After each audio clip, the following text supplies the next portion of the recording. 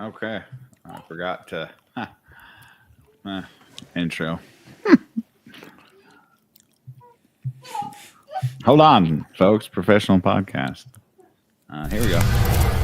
It is I, William Salyers, sometimes known as Morden. The Nerd Chat, is a podcast celebrating all things gaming, food, and the good old days. hosted by a group of best friends. This is Cortana. And remember, don't make a girl a promise if you know you can't keep it. As always, Spartans, see you online.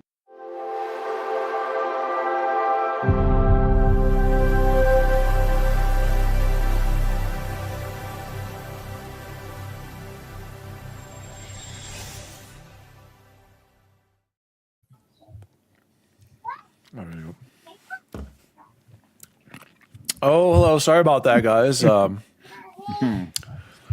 Daddy D. Waller here, and welcome to the Nerd Chat, a gaming podcast. A podcast. God. Bacon. Roll it back. We got to restart. Okay. Roll it back. Intro. The Nerd Chat, Is a podcast celebrating all things gaming, food, and the good old days. hosted by a group of best friends. This is Cortana. And remember, don't make a girl a promise if you know you can't keep it. As always, Spartans, see you online.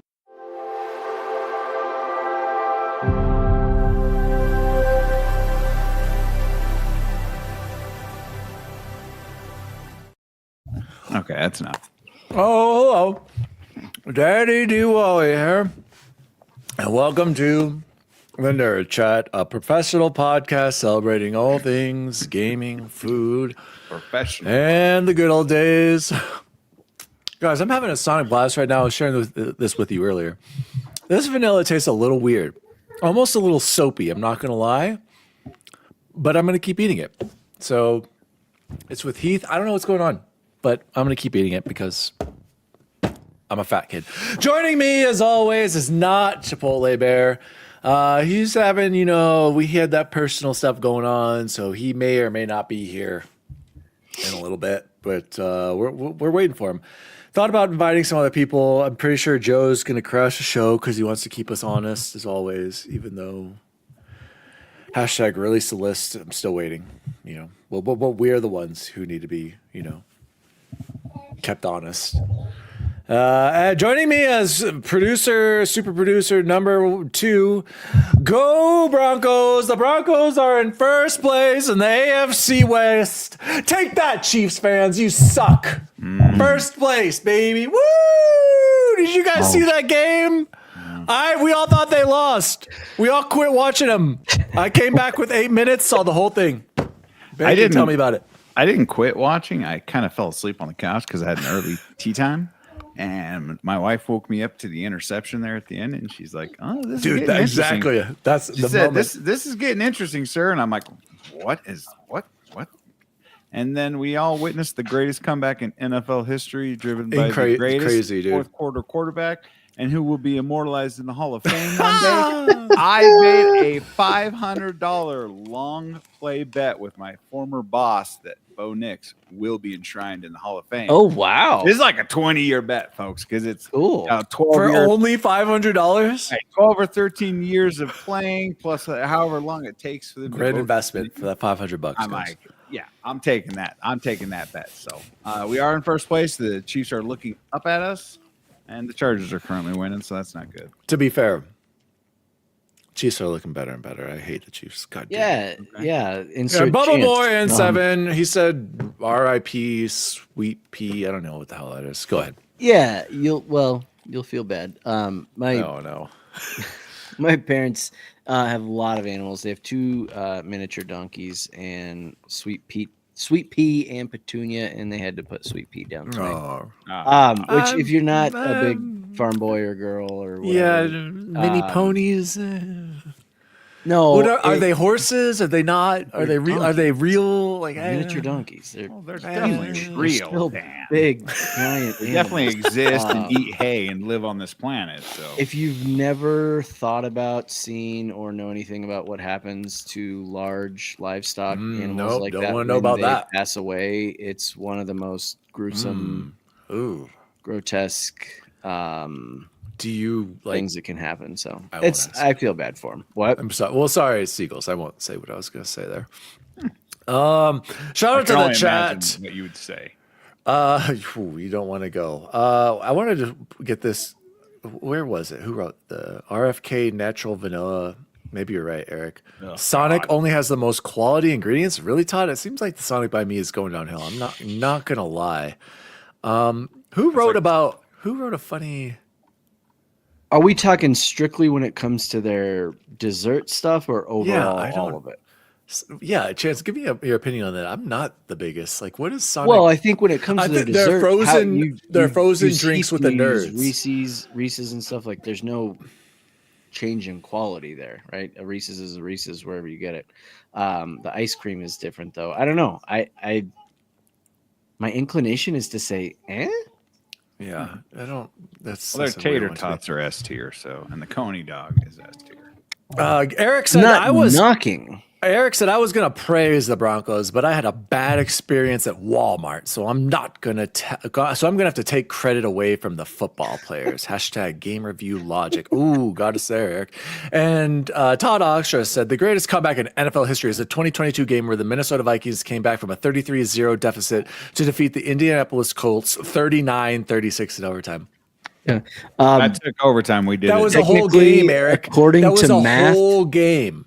Yeah, and you know how I feel about the Broncos, but according to math, false. This was in one quarter. The Broncos got 33 points. Ridiculous. Pretty dang crazy, Todd. You can talk it down all you want, but he's just mad because his Vikings are getting plastered right now. Yeah. Anyway, and guys, almost have to go to their emergency quarterback. I thought someone said something about me eating the Wendy's in here, and I can't find the comment. Oh, we're not there yet. We're close. We're getting there, guys. Guys, let's jump into. Let's start off with some nerd chat shout outs, baby. Now I gotta find nerd. Nope. But got it. There we go. Loop. Okay. I don't know which sounds are on a loop and which. From Blue Sky, Makoto Renshiro wrote. I guess Bubble Boy must have included this because he handles our Blue Sky account. Hey, hello! Can't wait for this absolute banger and event to occur. Quote, Daddy Diwali is going to eat 8 junior bacon cheeseburgers on air, and the entire world really needs to see this. Looking forward to your future content. Shout out. Do we know this person, Bubble Boy? Or is this I don't think so. Yeah, I think just a fan. So yeah, I'm not gonna lie. Starting to get a little nervous, guys. It's happening. Eric, I hope you're prepping too, because Eric did say he would do it with me. He said he would add Maple to it and Ains. Yep. And Joe. Ainsley, Bobby Bowden. Yep. And then shout out to Cordy Margs. Chance, where can people write in and ask us questions for the show? At the Nerd Chat Podcast, bluesky.org. Nope. Nerd Chat on Google. Gmail. Nope.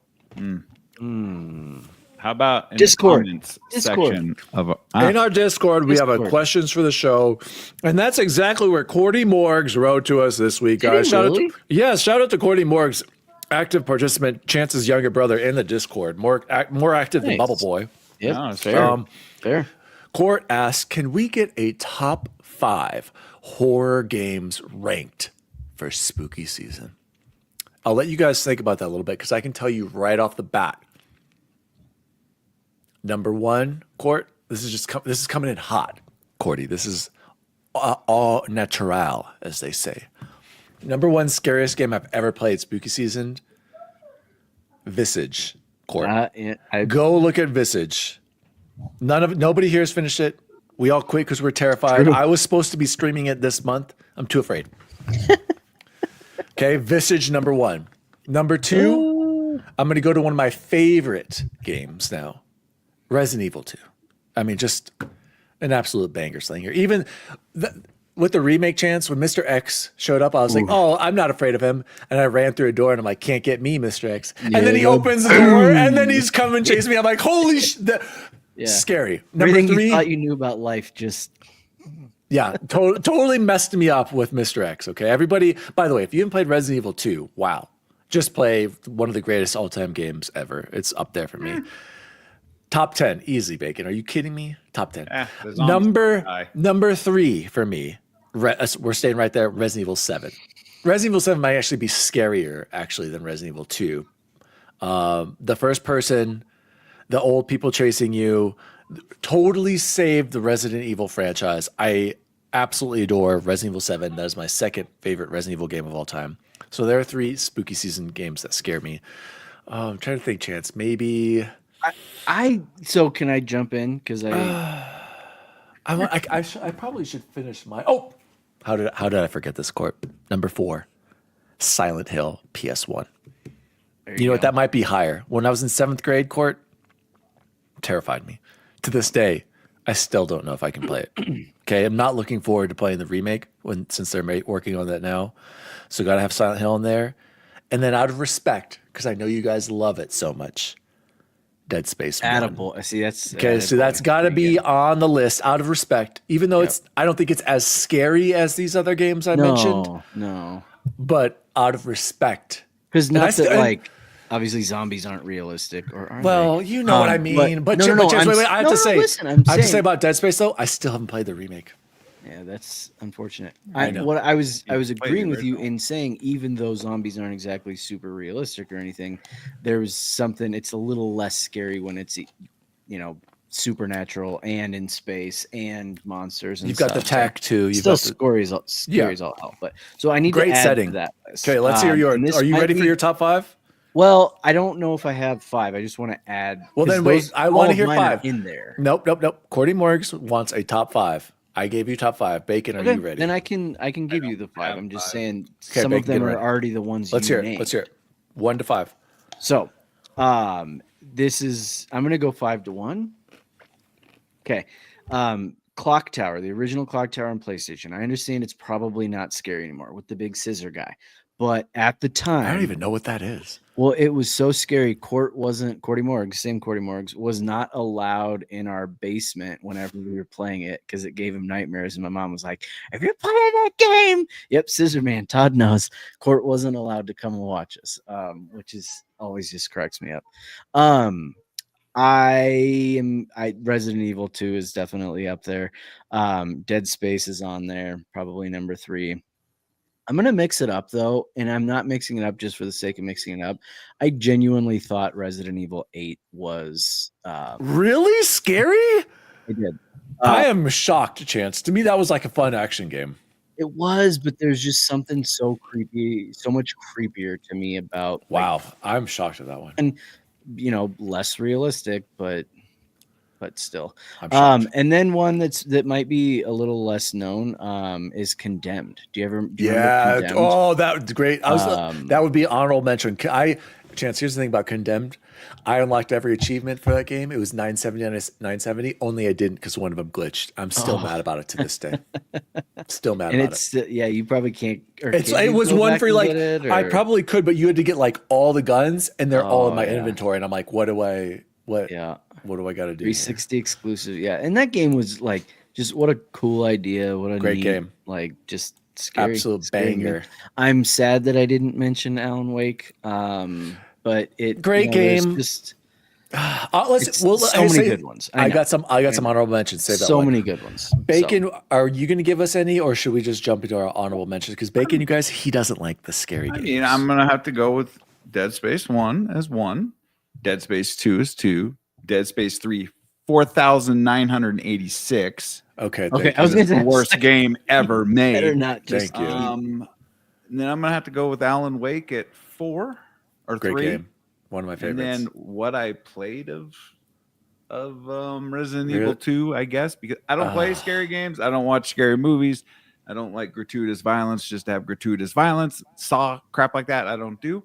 I'd rather watch an 80s action movie 95 times again than watch people just get their skin peeled off their bodies because it just does nothing for me. So Is Eric right about this? No, Eric, you are right, but I'm telling you, I didn't get to the 970 out of 970. Oh, okay. Yes, it is.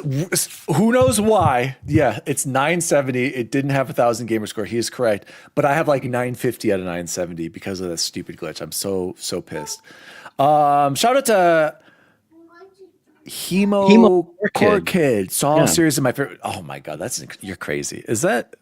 I get. Was that Kevin Ainsworth? Or not he. Or is that someone else? I don't know who.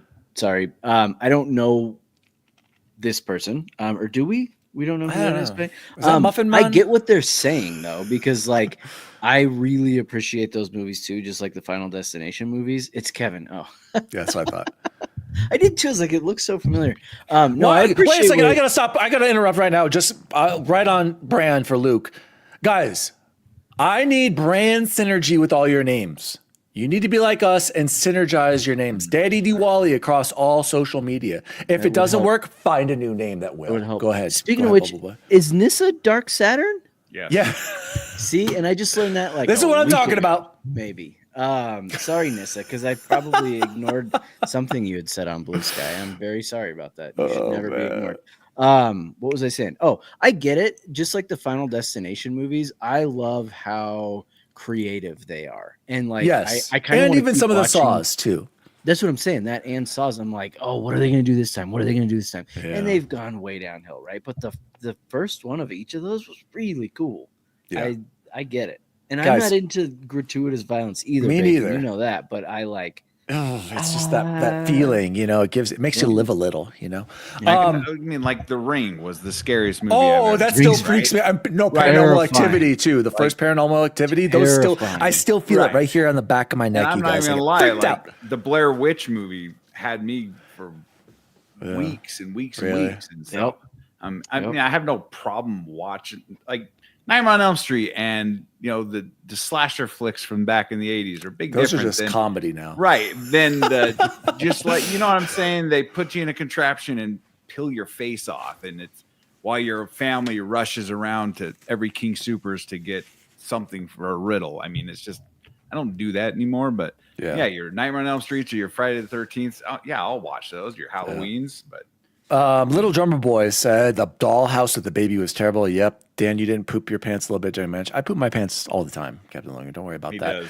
Luke wants to play Visage. Luke, it's worth it. Yeah, I would wait until it's on sale, but it's absolutely terrifying. And Diego says, Dan, stream Visage, you coward. I'm going to get to it. I promise. I have it here. I'm going to do it probably within the next few days.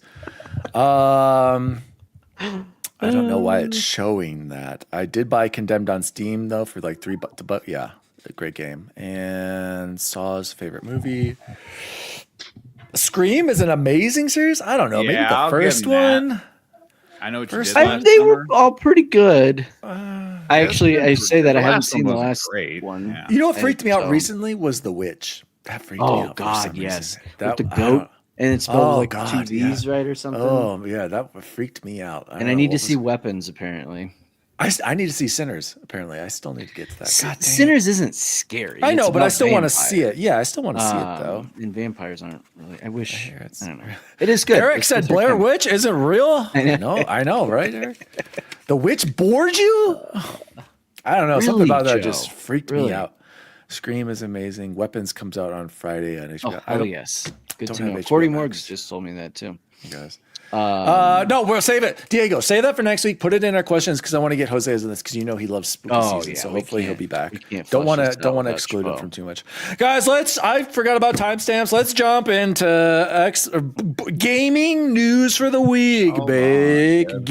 Gaming news for the shut up, Frank conductor. News story number 1. In my new video report at Rebs Gaming, I review what information I had from my Halo Combat Evolved remake was corroborated and discussed as a rumored multiplayer project that I previously mentioned, and what a credible source says about both projects, and something I heard about the use of AI. Guys, I'm not gonna lie, I didn't watch most of the video, but I did want to talk about this idea that is Halo. What do you guys think about Halo turning into like a live service game?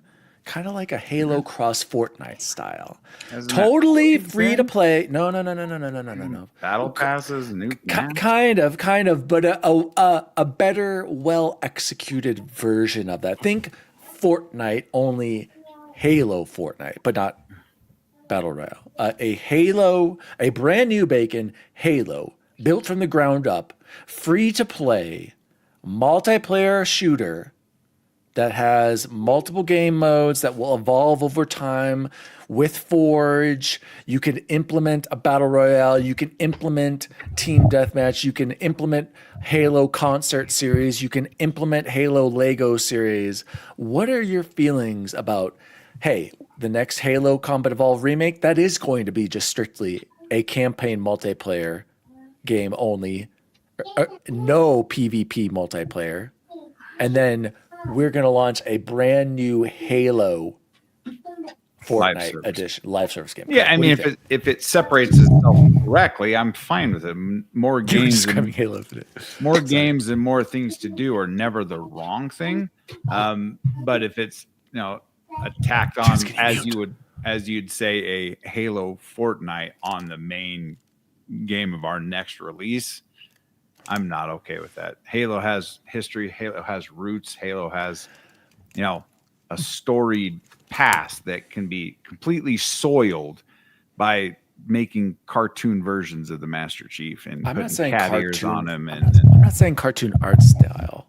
I just don't see why that would need to be any different than just having a good multiplayer. Red team versus blue team. Like, just bring Spartan Locke back and make him a key character in this, because everybody loves Spartan Locke. My counter argument to you is because boomers only like old Halo, and you need to grow the player base. Okay. Before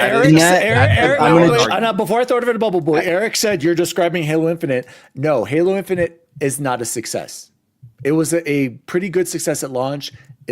Nobody cares about Halo Infinite now. Nobody talks about Halo Infinite now. Yes, I know the Halo Championship Series still has a decent viewership, but besides the hardcore who stuck with it, it's not growing. You're not getting more players. And this is why I'm inferring that maybe implying that we should you have to make the game grow to a bigger audience, and you got to switch it up. So Bubble Boy, take it away.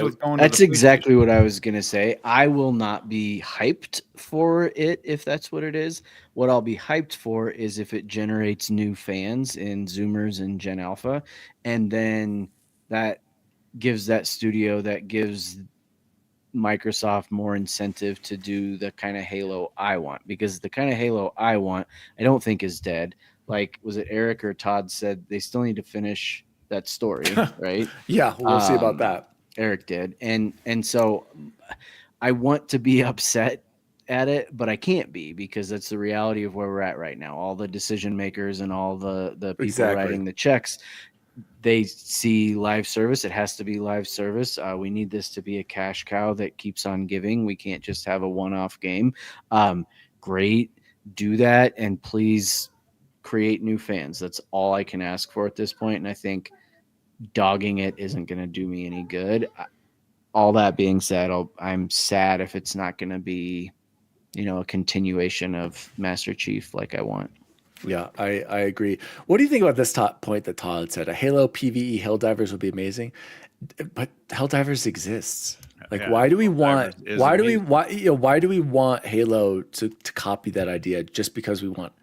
Like, I think to that, Todd, instead, Halo should just continue the collaboration with Helldivers and keep putting in like Spartans into that. Like, why make a game that already exists? I don't know. That just it's so easy, and maybe this is too low hanging a fruit for me, but as I'm real deep into my Assassin's Creed rubric, that is one of the things. That's a game franchise that keeps doing the exact same thing. Obviously, they've had innovations. They've changed up the form. Oh, joining us live, Chipotle Bear is here. We're happy to have him. Go ahead, Bubble Boy. They've changed things up from time to time, right? But what Assassin's Creed is, if you described Assassin's Creed without any specifics to somebody, you could describe all 16 of them and you could describe it or 13, I don't remember, and be describing any one of those, right? You're like, well, it's like set in the past, but it's also set in the future, and you're running around these cities, and the city's really important, and the graphics are great, and there's parkour, and there's stealth, and right, like, why can't more franchises be like that? Why can't we get Halo that does that? Halo can be Halo and crush it over and over and over. It doesn't have to be Helldivers 2. It doesn't have to be Fortnite. And also, I don't see how the new Zoomers would get the story and history behind. They don't need it. They don't care. Cortana. Like, nobody cares. This goes. Hold on. Different game. Exactly, and that's what I'm. Recon or a Division live service. That's exactly what I'm implying. It doesn't have to be. Fortnite's just the idea because Fortnite does so much. You're live service, exactly. But this goes back. I want to tie in what Kevin Ainsworth said. Halo Infinite was great, but I don't know if we ever go back. That's the problem.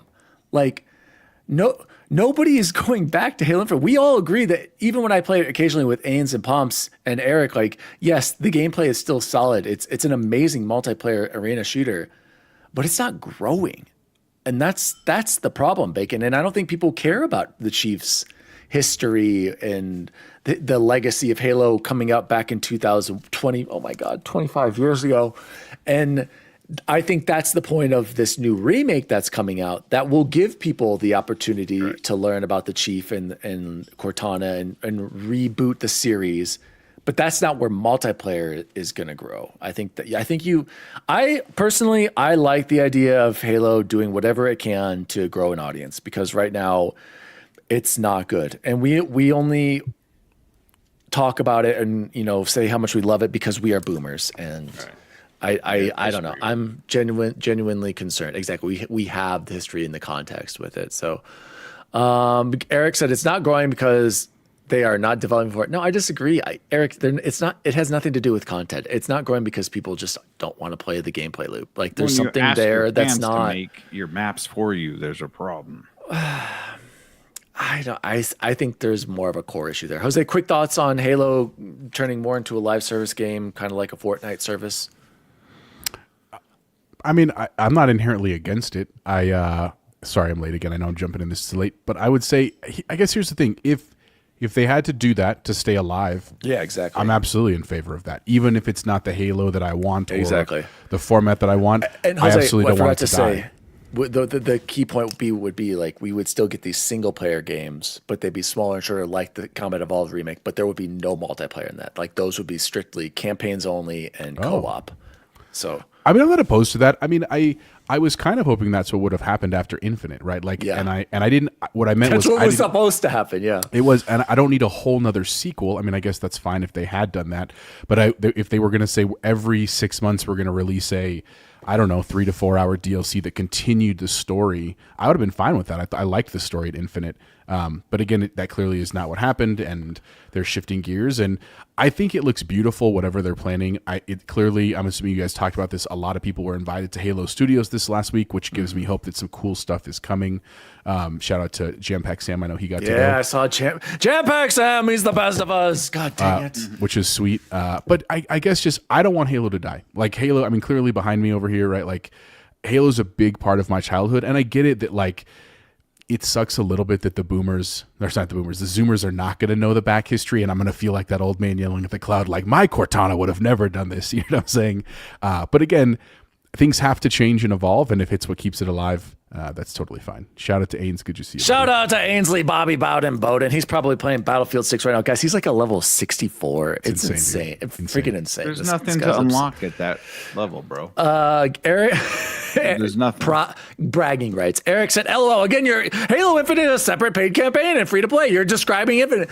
But clearly that didn't work, Eric. We're talking, it's got to be something different, man. They restart it. Xbox dead. Bain says Halo dead. Gears on E-Day dead, because dead. Ains, yep. Well, even Ainsley Bobby Bowden said something's different over at Microsoft and the morale.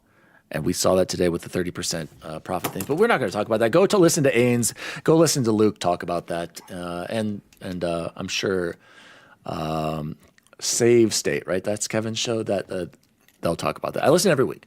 Guys, let's jump into Oh no, Dan has infected at Porsche Power. Next, he will be typing in all caps, said Freight Conductor. Dude,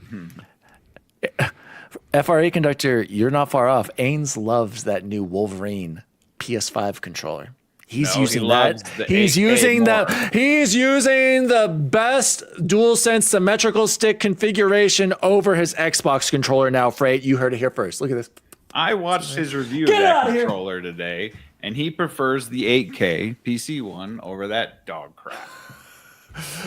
Anyway, moving on to news story number 2. Speaking of Xbox and Xbox being dead. News story number 2. Sarah Bond teases the next Xbox will be high-end and curated. Quote from VGT Gaming News.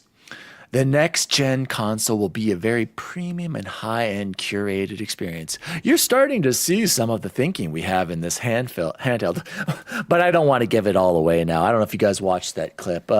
Basically, guys, Sarah Bond is confirming what we've been saying for a long time now on this show. We have been pretty much preaching that the next Xbox is going to be not a console. It's going to be a PC. He's absolutely right. Can you bring that picture up, Jose? Yeah, bring up the picture, Jose, that fooled Bubble Boy. Bubble Boy thought the thumbnail on tonight's show was the actual next-gen Xbox. He was convinced. I wouldn't say he's convinced. He asked a simple question. And I was like, I guess believable, because... I mean, it was a sick design. Based... ChatGPT Legion. I'm just saying, you guys praise our overlords. They know what they're talking about. So, Bubble Boy, you thought it was real. So, okay, let's assume this thing is more powerful than your PC somehow. So, would you rather buy that than deal with all this PC stuff? Oh, nice, Jose. There you go. Yeah. So here's, and I'm sorry I didn't save it for the show. This is what I said in our chat, and I think most people agree with me. If it is not as powerful as my PC, why the hell am I buying it? If it's more powerful than my PC, I'm quite certain I can't afford it. All right. So where does that leave us? With something that you don't have to worry about upgrading and maybe the UI would solve your PC quirks, the tweaking and twerking, as Lord Cognito says, about finding all your settings and everything. Twerking, huh? But here's the problem, because I think they are trying to appeal. Listen, they're not appealing to the nerd chat, but they are trying to appeal to people just like us. When they need to go the other way, they need to go the Series S route. I think they are, right? But the Xbox Ally was for how many people? Me and Jose, right? 1,000. No, there's at least 100 people on Twitter that have been hyped about it. If they are trying to go this full route, they just need to make an Xbox PC. And who's going to be able to afford that? According to Muffin Mon, Satya said, give me all your money. 30% margin is premium. How premium are we talking, though? These babies going to have 50, 90s? No, I don't think so. Maybe 80s, maybe 50, 80s. That's realistic, right, Bacon? Maybe the laptop version by the time of the 50, they come out, I'd assume it'd be a 40 class by the time these come out. Because, you never know. We're going to have to put away traditional console life cycles if they're actually building a PC. But so then who is this for? That's the problem. And that's what you said earlier, Chance. You said, you wish Microsoft would just pick a lane. Like, just pull the Band-Aid off at this point. And I think that's the problem, is I don't think they even know what the hell they're doing. And I think that's that even feeds more into why we see the Xbox Ally having this this combined UI, and why we have this next Xbox that's going to be basically the same thing, only in a super powerful PC. Jose, I saw you raise your hand. Go ahead. What were you going to say? So I thought about this today. It will sell dozens. Think about some stuff. It will sell at least 12. It's true. So I thought about this. It is clear to me, and I'm not defending their actions today. They have no idea what they're doing. Do you guys also know what other major tech company gets 30% profit on almost everything? Apple. It's Apple. And I'm not saying that that's right, even though I know I'm an Apple simp. It frustrates me many a time too, because it causes a lot of chaos with their partners and stuff. But I was thinking about this. It makes sense logically to me that Xbox is very well aware that they're not going to compete with Sony spiritually and commercially, because Sony won that war with the last generation. Like I think they've realized there is no way we're going to earn back all those people with the libraries. That's just not going to happen. So why would they ever try to compete with a console? Like I just kind of came to this realization, like why would they keep trying to compete with the console when that's already a lost field for them? And so here's my line of thinking, and I'm not saying that I'm correct, but I'm just trying to understand, as you guys said. Just a reminder to our audience, Jose did go to the Harvard of the West, the University of Northern Colorado. Absolutely. He does have a degree in economics. Let's hear it. No, I almost got a minor in economics, but I taught He taught economics in high school. But here's my logic. If I was Microsoft, here's what I would try to do. I would try to find a console that I could sell for $1,000. Just hear me out. For $1,000 that is going to be a relatively premium PC experience with the front of a console, which is like what we're seeing the preview of with the Xbox LX, what Chance is talking about. I know that sounds absurd, but here's why I go with this. Again, they're not trying to compete in the console space with Sony. They've already lost that war. And really, Sony's also lost that to Nintendo. Like in the long term, Nintendo is going to be the one company that maintains this like console-like thing because people just do that with Nintendo. But here's the truth, Chance, and this applies for Dan and obviously Bacon. Bacon's obviously he's a unique person. Chance, when you think about the true cost of your computer, it is not just $1,000, right? Like you could make a computer for $1,000, but by the time Ally or my PC, your PC, your tower, no, that was $1,400. Exactly, that's my point right there. Right, that to get a 40 series card and you're a 4070 Super, 4070 right? Ti Super, Ti Super, right? To get that with all of your RAM and your CPU and your monitor, your peripherals and all that stuff like that, you're way above 1,400. Like the 1,400 was the tower. So if Xbox can, was that everything? Yeah. Okay, so 1,400 though. But if Xbox can deliver a 40 series, let's just say 4070 for the sake of the argument, for $1,000, that is truly a plug and play, right? Because that's the argument we keep hearing from Luke and Logan and from other people that are like, oh, I don't want to go to PC. There's so much. I hate updates and stuff like that. I don't think that happens that often, but I respect the concern. But if they could do that for $1,000 and you can play these really high level native 4K games, that could be compelling for people, because it's not that we're trying to compete with Sony, because you can just play all the Xbox games on Sony. That's clearly the way Xbox is going, that all their games are going to be on Sony. Why would you pay $1,000 for a slight upgrade? Because you can't afford. You don't know it's going to be a slight. How do they beat Sony selling a $500 box in competition, Jose? They don't even try to compete. They say you could buy the 500 if that's your entry point, but if you want a little more power, but you're going to want to go fully in on a PC, you buy our box. Right. And it gets you basically like a more consumer friendly, more powerful thing. I'm not saying it's a good idea, for the record. I'm just trying to bring logic to what they're doing. And the truth is, none. a couple years from now, who knows what prices are going to be, dude? Like, this isn't slowing down in terms of the price of things. You know what I'm saying? And I'm not trying to say that, I'm not putting words in Sony or Nintendo's mouths, but their consoles aren't going to be cheap either. That's really cool. That I keep hearing that, and yet I see a $450 Switch that has not risen in price, Jose, and the rumors of a $500 PS6. But Dan, before the Switch 2 released, you were complaining about the power of the Switch 1 for years. Like for years on this show. The stinky Switch, yes. Exactly, right? And a couple years from now, stinky Switch 2. The stinky Switch 2, you're going to do the same thing because you want more power and an upgrade. I'm just saying, like, but that's me. This is clearly a change in strategy. And here's the craziest part about this, where it could actually work.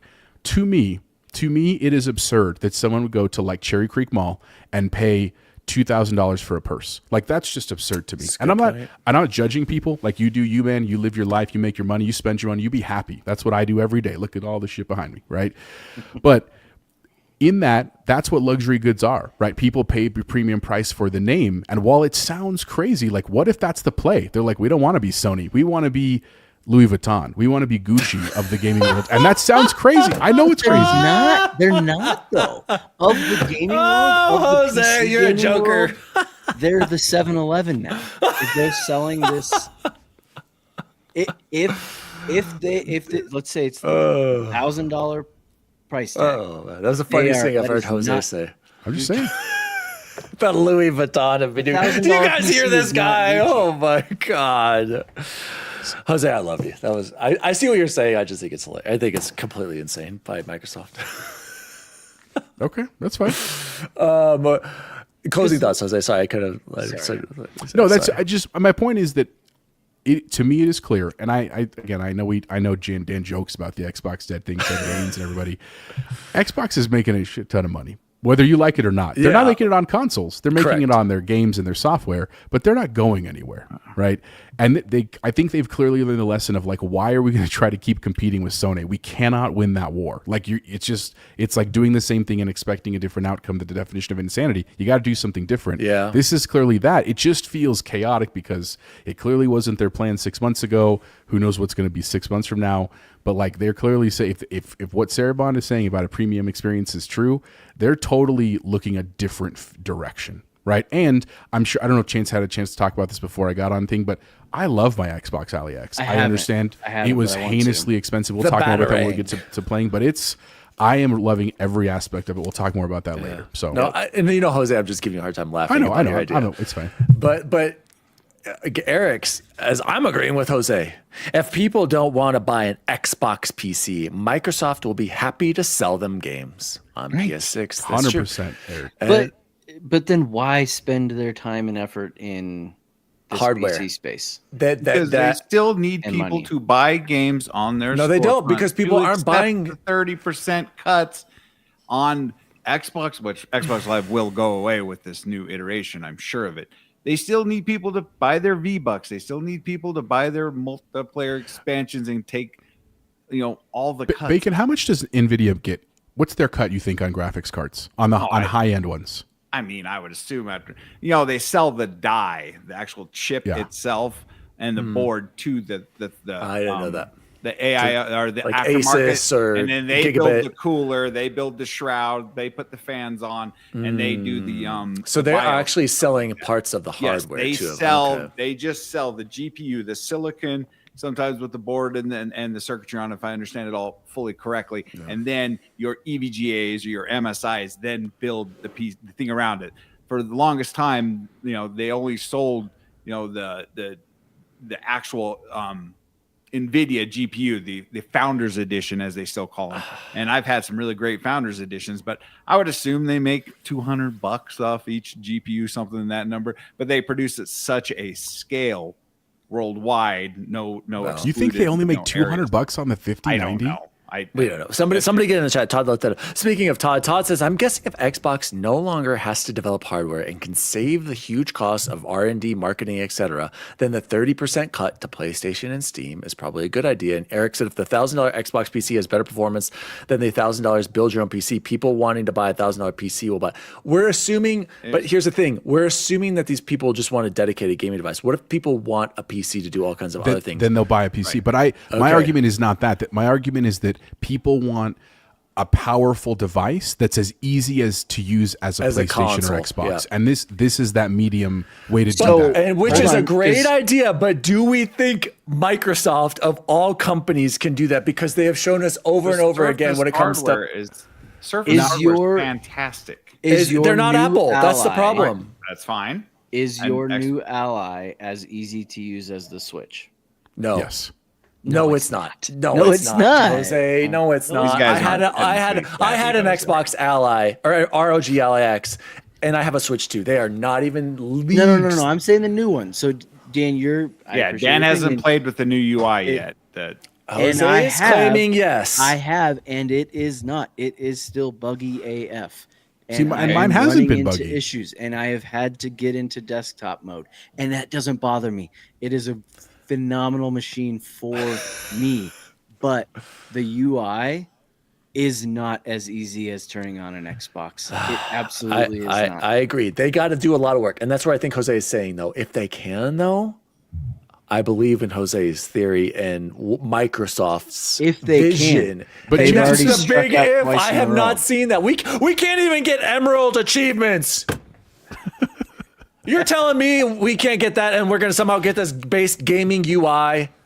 Boom. Eric roasted. Eric said none of you built your PC because you want to use PowerPoint. LOL. You guys all have dedicated gaming devices. I used to True, but but look, when we're using it for this, we edit videos. Jose's making actually probably makes on his. I don't edit video. On I this do all my spreadsheets. I do some light editing. This console, Come on, man. This console is going to exist because something that is completely foreign to me buying a pre-built PC. I bought one pre-built PC in my life, and that was in like '96 when we bought a Gateway for my wife's dorm room. Other than that, I build my own PCs. So there are people who do not want to build a PC. Like I said, completely foreign to me. It's wild to me that you wouldn't want to do that. Bacon, so people, I know, and so people, and I'm about to build your brothers for you on Monday. So for me. You're gonna give it to me after you spiritually for you with his money. But again, Court, why didn't you ask me? That's I built why my PC right here. That's why this thing exists. People, it's going to have the ease, and it's going to have the difference is it's going to have access to every game, to include, I'm sure, pirating and emulating Nintendo games. So if you are a true real gamer and you're going to get Sony games on Steam, why not, Dan? I have done it. I've used an emulator on my PC. That's not. It's exactly the same. Here's the one thing I think all of us are forgetting that is a major part of this strategy that they have to figure it out. They got to figure out an emulator for 360 so people can play their old console library. I think if they can do that, but that's not high on the list Xbox, right now. But it needs to be. That's what people are complaining about. People want. I know it's dumb. People want to be able when they buy. There are people out there buying Xbox Ally X's. Chance even shockingly, and I was shocked when he said that. He's like, I know you did, Chance. But people want to be able to play their library. They don't want to be able to reported Bacon. They don't want to be able to stream their 360 games. They need to figure out a way to emulate all of these backward games or convert them to play anywhere. Because cell phone is strong enough to run a 360 game substantially better than it was when it released. I don't know why people want to play their 360 games, but that's just me. I agree, but it goes back to you have a library, just like on Steam. You have a library and you can play old ass games on it. So should if they read off my Courtney's stats Bacon's was that expertise. In the nerd chat or was that in our Save It for the Show? It was in, I think it was all of us. I did want to read PlayStation Direct is selling a PS5 disc edition for $425 with NBA 2K26. What a deal. I mean, that's PlayStation's killing it. We can't deny it. And then I want to go to, I think it was Diego saying, how can PlayStation release a $750 PS5 Pro and then launch a $500 PS6? I find it weird. Bingo. What? I don't know why that's weird. If technology gets cheaper. No. Not when you're advancing graphical hardware. That rule hasn't been correct. That's like saying my 5090 should be cheaper because it's newer tech. Let me finish what I was going to say. Cheaper. What if it's not much more powerful than a Pro? What if the power isn't? But people don't care about power. That's what I'm saying. They would rather get something that's cheap and economical and can play modern games at a low setting. Bacon, not everybody is like you with the 59ers. Not everybody's like me with a 4080 Super who cares about the 4K 60 graphics. Like if people can get upscaled to 4K 60, I think they would be fine with a lesser or an equal powered PS5 Pro that's really the next PS6. And I do think if PlayStation guys can come out with a $500 console, a $500 PS6, like that's going to be, I don't know how you beat that. Like, I don't know how you convince people to go Louis Vuitton with the Microsoft and their $1,000, $1,200 next Xbox. And like Jose said, maybe they don't care. That's what they want. You want the upscale, powerful PC machine. You're going to buy this and you're going to be able to treat it like a PC and you can get into that ecosystem and do more. And if you want to stay as an old and traditional, I just want to put this on my TV and play some modern games, you'll get the PS6. And I mean, that's kind of what's already happening. Exactly, 4K 60 with low graphic fidelity. Guys, we've seen games coming out, indie games that don't look impressive, and they're selling millions and millions and millions of copies. It's not about graphics like we cared about. And I think that goes back to our boomer old asses. Like we have loved and appreciated seeing it go from 16-bit to 64 to the PS1 to the PS2, that giant leap to the 360 and PS3, and that was a huge graphical leap. But like now it's like if it runs and plays well, I don't think people care about graphics anymore. And I think that's a losing battle that you want to get into as the power battle. So I don't know. There's a lot going on here. Diego said, and there's also a market of people who just want luxury and what size that they're going to get PC. Even a they're going to get a PC. They're going to get a PC. Machine. If this thing comes out and it's $1,200 or $1,500, that isn't. There's no way luxury. People will buy that. That's not luxury. What Bacon has is luxury. That's fair. That your motherboard costs more than that. What you have is luxury. But luxury is relative. My PC though, was like, exactly. Like some kids buying Jordans is luxury versus buying Christian Louboutins. What, Eric? Sorry. You know what I mean?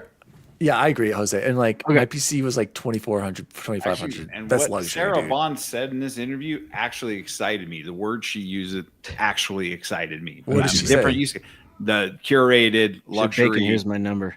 Right. Sarah Bond could read me. Go the ahead, phone Eric, book. go ahead, Chance. I'm gonna go ahead and I'm gonna read Eric's insane comment. So this is what I had texted to the group, and I'm not gonna preface it because I'll tell you what. Okay, only 33 of the 107 games I own on Xbox are installable on my Xbox Ally. Not why I bought it, so certainly not a deal breaker or anything, but kind of dumb, right? So if again, let's say they release this thing, it comes out at $1,100. And people are expecting to jump into their Xbox ecosystem, they might not unless they have this figured out. Then I go on. While 95 of them would be cloud playable if I were willing to pay it. So I had to buy the game back then, and I have to pay another $30 a month stream your library to be able to access it and stream it, right? And then Dan was like, yeah, but you knew that. I absolutely knew that going into it. This is not me complaining about the fact that that's happening. It's me pointing out, hey, this is going to deter other people. If I'm a normal person looking at this machine, or I'm an Xbox fan wanting to get into the PC market, or the PC handheld market, this might not be for me.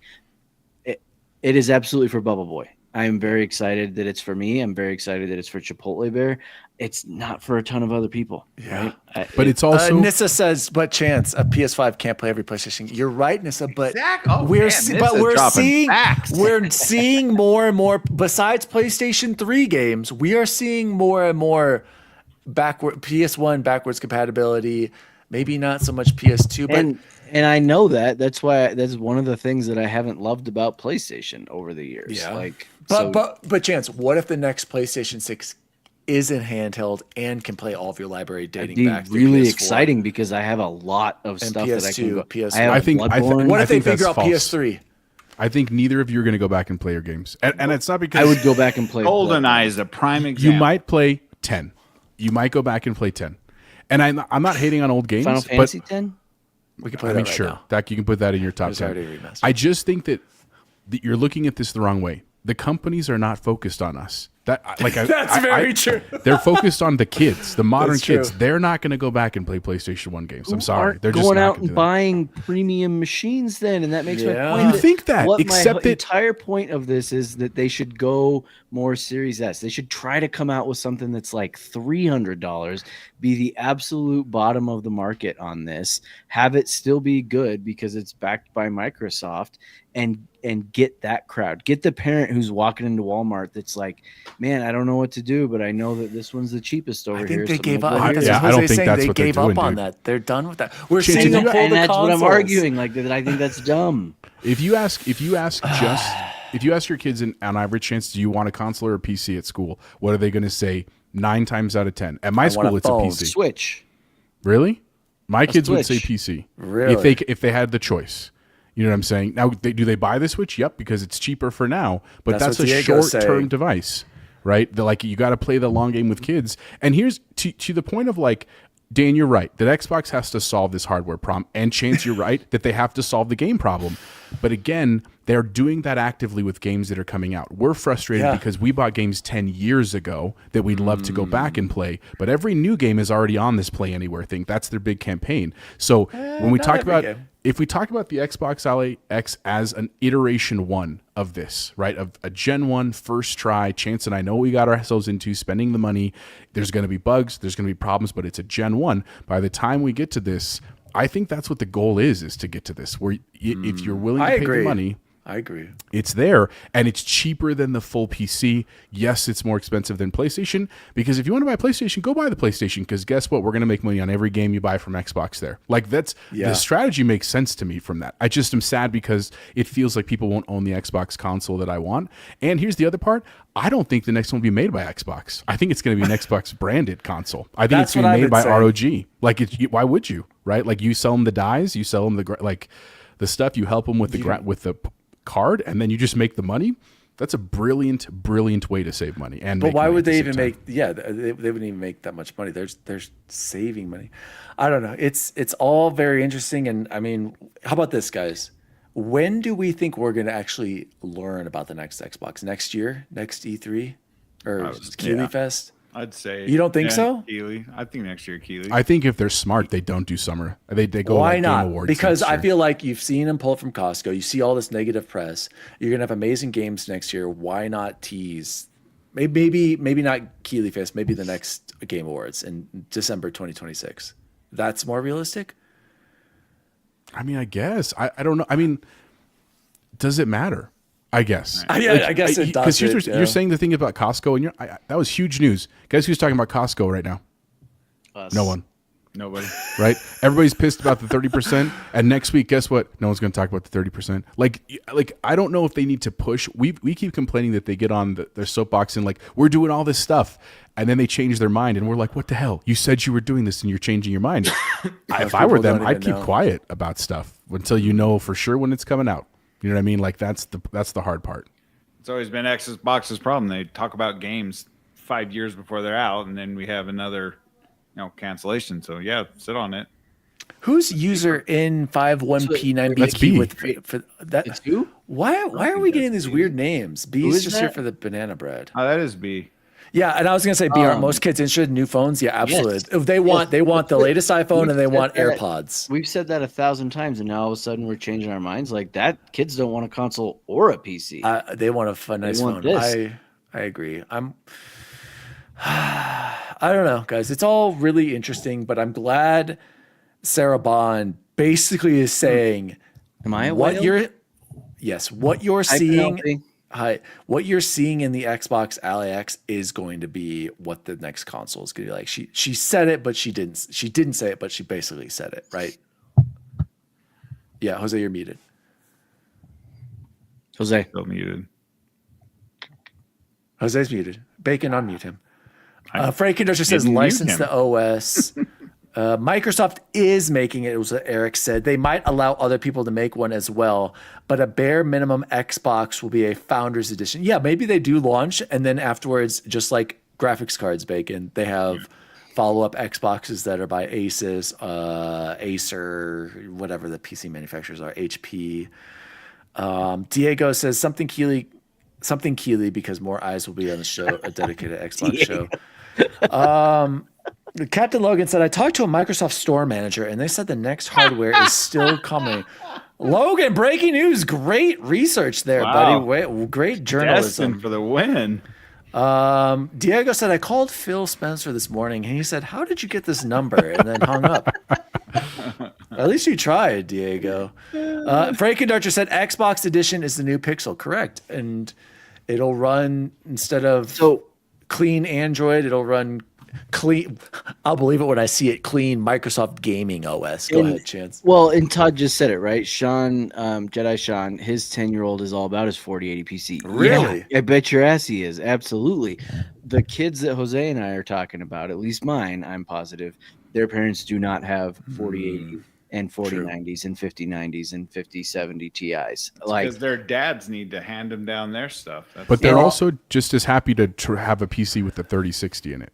Like if you told me I got you a $450 console, but it's a true PC with RGB, it's the entryway drug for children, right? Yeah. Like that's what it is. And that is a kid being raised right there, Yeah, right? well, like Sean's doing it. Guys, again, because we're boomers, when we saw old PCs, we thought they were hideous and they were nerdy and ugly. They were hideous, but they were like gray. I know, exactly. And I wanted to say that ties into Teddy, my wife, my Grayson's best friend. He asked my PC, he's like, did you really build that? And I've seen them coming over here and staring at this thing. I'm looking at this case, smudge marks everywhere. I'm like, these greasy sons of bees have been touching my PC. And so there is something, I believe, Diego and Jose, that I do think these kids are getting more and more into PC. And they see the streaming, they see all the things you can do with it. But do you have your RGB lighting on? That's what's going to really attract them. Oh yeah, like moths to the flame. They didn't believe me. They're like, "Did you really build that?" I'm like, "Heck yeah, I did. Built that on my own, bitch." But it's exciting. Either way, it's exciting because I've got this beautiful. You see this thing over here? No, we PC over here. We can't see that. Rocking turn your camera. the Scuff, and exciting either way. Let's see how it plays out for Microsoft. But I agree with you, Jose. I think what you're saying Microsoft is wanting to do is the right call. But are they going to be able to execute? Because it just seems like they fail on everything. A fair question, too. They just fail on everything. And they got to nail this OS. We're seeing too many comparisons. Shout out to Eric. Eric sent us the link of how the ROG Ally-X performs better with Bazzite or whatever it is, the Steam OS. And then they need to figure that out. Captain Logan said, RGB on your PC, save some of the ladies for us, Dan. No. You need to check out my rig. Let me show you. Todd said, when the kids have to buy their own systems, we'll see how that plays out. Yeah, the money thing. Money is a problem. And then money to make money. Diego says, the real question is, if I buy the next PC Xbox, can be included in the master race? Yes, because that'll be a PC. We're a very welcoming group here. It's going to be a PC, Diego. It's not a console. Xbox, and that's where I think, last point, Xbox just has to be like, our next Xbox is a PC with the convenience of a console. They need to spell it out to people. You are buying a PC. This is not a console. They have to start getting that marketing clear. What are you laughing at? Freight's comment. Freight Conductor said, good thing you guys aren't monetized because you would lose it with Dan talking about his rig. Look at this big old rig. Well, no, it's a moderate rig. I'll be honest, Freight Conductor. Guys, that was a great main topic of the show. We're going to have to skip news stories. We're already running long. Let's just close out the news with coming to Game Pass for mid-October 2025. Save those news stories for next week. Commandos Origin Cloud Console PC, Microsoft Flight Simulator Cloud Console PC on Premium. These are both for Premium. Coming soon. This is out today. Oh my gosh. Power Wash Simulator 2 Cloud PC, Xbox Series X and S on Ultimate PC Game Pass. Bounty Star also on Ultimate PC Game Pass. Day 1 Super Fantasy Kingdom game preview PC on the 24th. Day 1 on Game Pass. Halls of Torment Cloud PC console October 28th. Game Pass Ultimate Premium and PC Game Pass. The Outer Worlds 2 Cloud PC console, the 29th. Game Pass Ultimate PC Game Pass Day 1 first party release. We'll talk more about that maybe a little bit later. 1000X or Cross Resist? I don't know. Cloud PC Xbox Series X and S November 4th. Football Manager 26 is coming to PC November 4th on Ultimate and PC Game Pass. And Ninja Gaiden 4 is already out. We've completely forgot about that. Leaving at the end of the month, Jusant. Metal Slug Tactics, never got to Jusant. And Return to Monkey Island. Just too many games. Bubble Boy, did you check out Power Wash? I haven't had time yet. Today I have not, and I'm gonna give it all of the glory that it deserves and make sure I am distraction free and can do whatever I need to. Yeah, Pacific Drive Shadow dropped on Game Pass. That's it's worth playing. Yeah, I had to step away from it. That doesn't mean it's not worth playing. It's absolutely worth playing on PC Game Pass. So and Captain Logan says, I'm jumping into Bounty Star after this. And shout out to Logan. I do believe he just beat Captain Logan. You aren't allowed to say stuff like that with all this gambling stuff going on in the NBA, because now we're gonna have to shut down our fantasy league. Apparently, no, I got Fan Cash to take care of that. I'm good. Fan Cash. #use Fan Cash. Jose, is there anything on here you're gonna check out? Are you gonna jump into Outer Worlds? So legit question, and anyone chat can certainly answer. I never played Outer Worlds once, not Outer Worlds 1, not because I hate it or anything. It's just like I didn't play it when it came out and other things. I just like left it behind. I have heard people tell me that you don't have to play 1 to play 2. I understand that. But my question is, if I play 2, am I going to want to go back and play 1? Because I really actually hate doing that in games. And if that's the case, I'd rather go back and do 1 and then 2. And I'm going to be very honest here. It's going to be a while because like full stop. Like I have so much to play right now. And especially now with the Ally X, like I've been holding off on some things until that came out because I wanted to play them on it. So my backlog is extremely long, but I am excited to play Outer Worlds 2. I also want to jump into Ninja Gaiden 4. I'm sure I'll jump into Power Wash Simulator. Like I got lots of stuff to do. But if I don't know if you guys have any thoughts on that, or if the chat does. I think Logan has some thoughts on it, right? Yeah. You can watch his review. And that'll tell you exactly everything you need to know. I did watch his review. I haven't watched two feels Logan, better, so you can skip one. Yeah, but I feel like there's some charm in one. There is. Ninja Fight Gaiden 4 is a banger, said Freight Conductor. Well, Jose, here's what I'd say. Try 2. What you're saying you don't want to have happen, like, is that the worst thing It's ever? the lore. It's not the worst thing. Like I've done it with other games. I just because I have full control. I hear is it you. worth I get going that back to FOMO. one? I get that FOMO too. I think you should play the first one. I do think it's worth your time. Because you said it's not that long, right? It's not. Yeah, it's probably you could probably mainline it in under 20 hours. It's not short though. I'm not going to say you could do it in 15 or 10. I mean, unless you drop it to easy, maybe, and stick strictly to the main story. But I do think you'll find a lot to like in it, Jose. It really is. It reminds me of Avowed's kind of like structure. Smaller though. Okay. The zones. Smaller, like Avowed, like huge areas. areas. I was like, man, some of these areas got really large. But I think you should play the first. I think there's some charm there that you'll appreciate, and then you'll carry that into the second. There's no rush, right? And the first one, Jose, no rush. the first one probably runs great on your Ally, on your Xbox Ally. I think that would be an excellent choice, and then get to 2 eventually. Logan said, so 1 is good, but it's hard to go back after playing 2. Yeah, so that's my other concern, right? Get rid of 1, do 1, Yeah. do 1. I have no idea. Eric's watching some sort of hockey game over there. Bacon, you've been playing a lot of Ball Pit, but anything else on PC Game Pass that you want to check out this month? Oh, I will check out the Outer Worlds for sure. I mean, I played the first one for like, I don't know, 10 hours or so, kind of lost interest.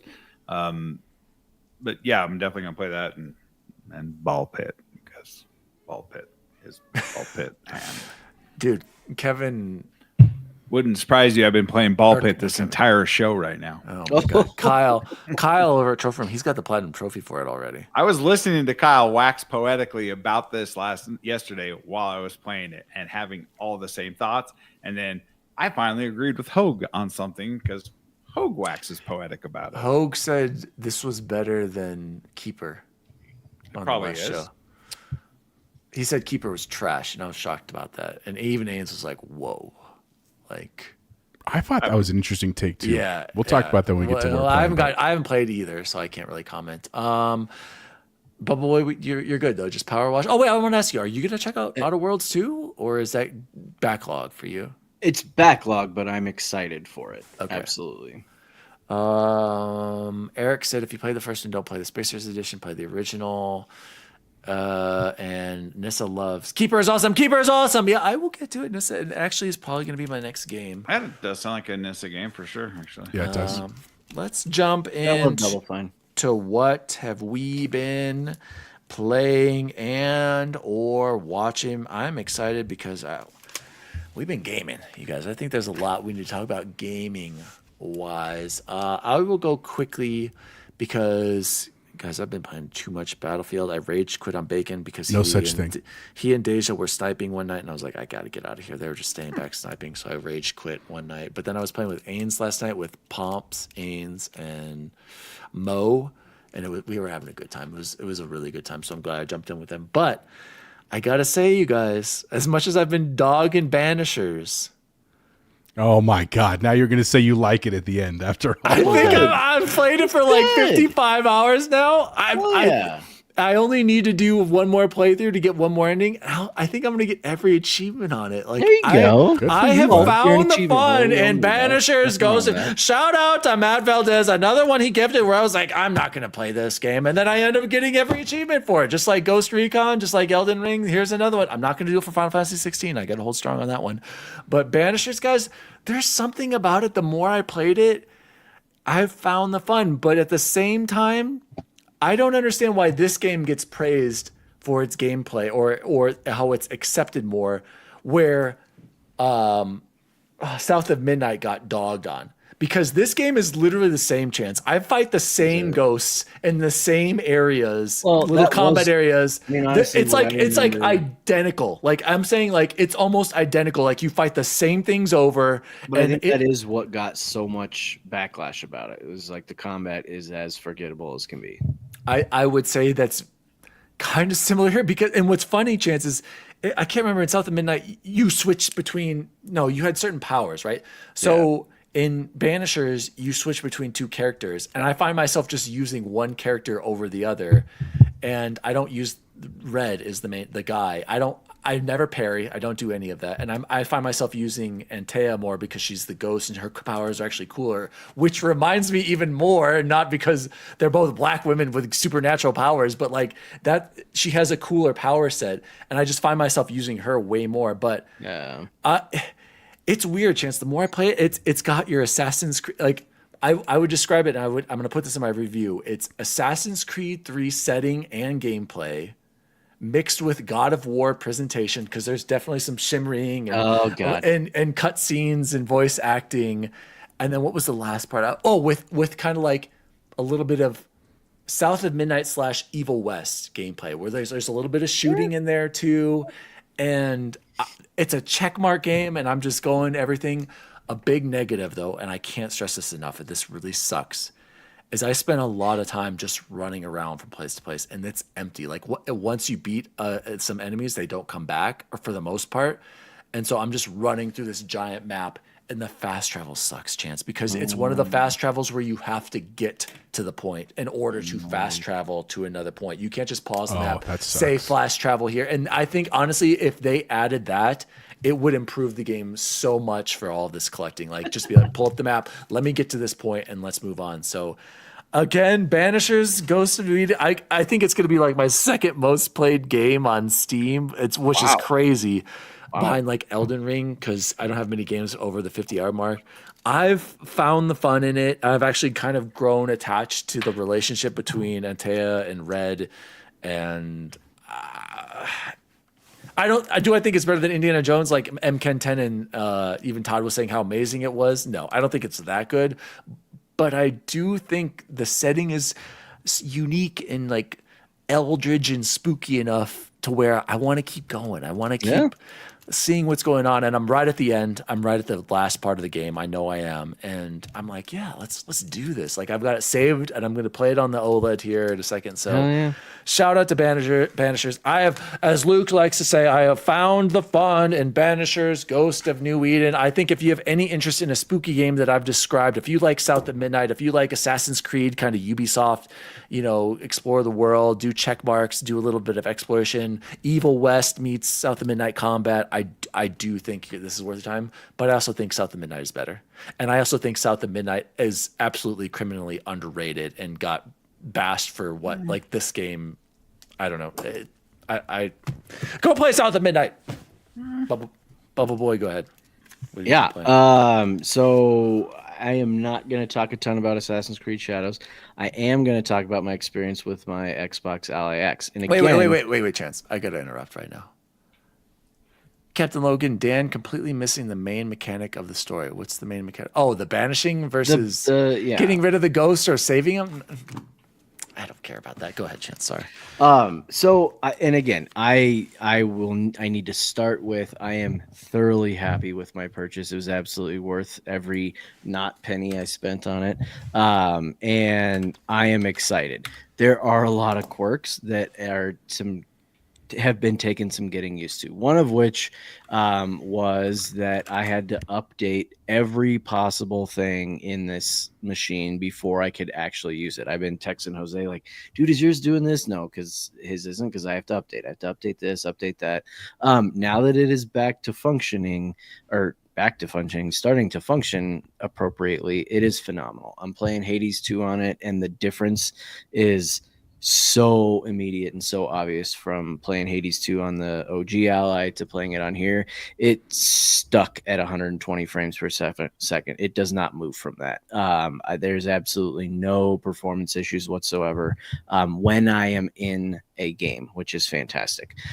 It took me about a full week, because it was today, I think yesterday might have been the first time that I've played it without hitting the library button instead of the pause button, because for some weird ass reason they flip-flopped them. It used to be the menu and select start button were on top, and now they're on the bottom, and it's just a terrible placement because you always hit the thumbstick when you're trying to get to it. Not the end of the world, absolutely not. And Todd, did I dock it? No, never. I have a PC for that.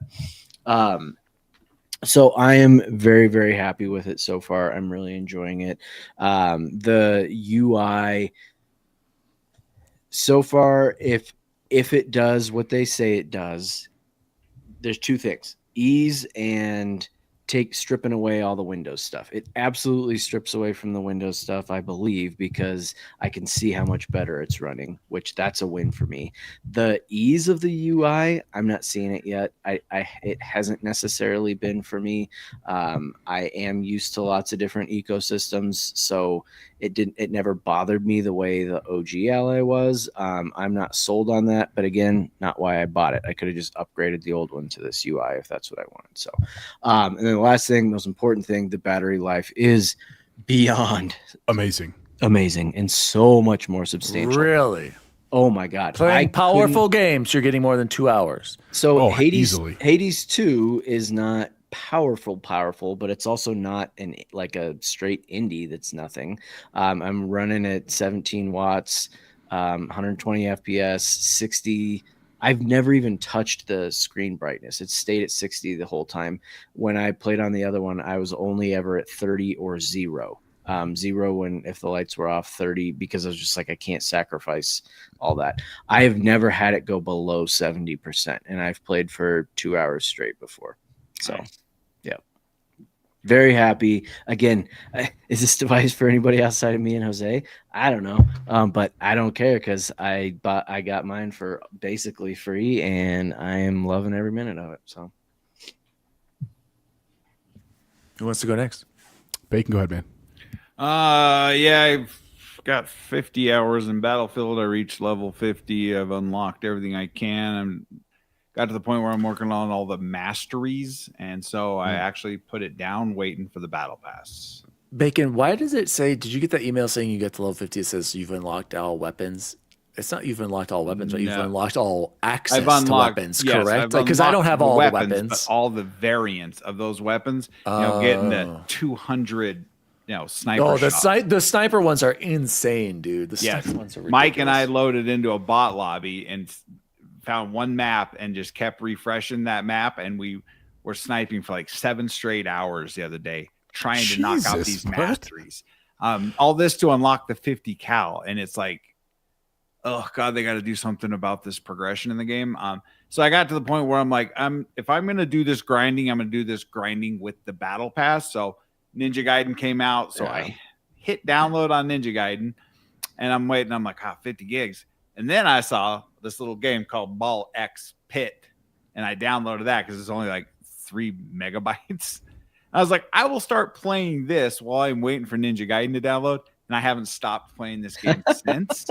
It's crazy addicting, bud. Is it the one like Vampire Survivors? It is. It's very similar. It's a brick breaking, corridor, getting things and aiming your balls at other ways and watching the balls bounce all over the place and cause damage. But it has sweet. It's got base building in it that require you to aim your harvesters, and they bounce off a bunch of things. So it's almost kind of random, and that's how you get your upgrades through this. It's almost like something I haven't seen before, and it shouldn't be as addicting as it is. But as it sits right now, I'm like 24 hours into this game, and I've only unlocked 200 achievement points. But I saw this isn't the one. Which was the one I was thinking of? He's thinking of Megabonk. That's what Fred said. Has anyone played Mega? I'm surprised nobody's played Megabonk. I need to get into Ball Cross Pit. Isn't it just Ball Pit? Who knows how to pronounce it? There's an X in the middle of it. Why did they do that? I mean, like Hogue said, we'll just call it Ball Pit. So I'll call it Ball Pit because I don't know why Ball X Pit, but there's an X there, and I don't know why.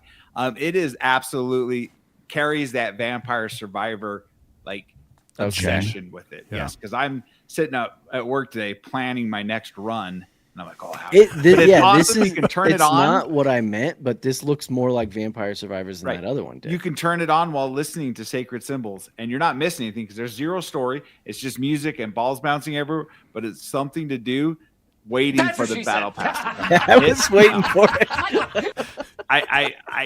But you guys know me. This is my kind of game. I absolutely love this stuff. And so I never should have started this game. I should have just waited for Ninja Gaiden to fully download. Now you got to buy an Ally X, but like, I was going to say this has Ally X written all over it. I'm getting it. I was playing it earlier. Can you just play it on Switch?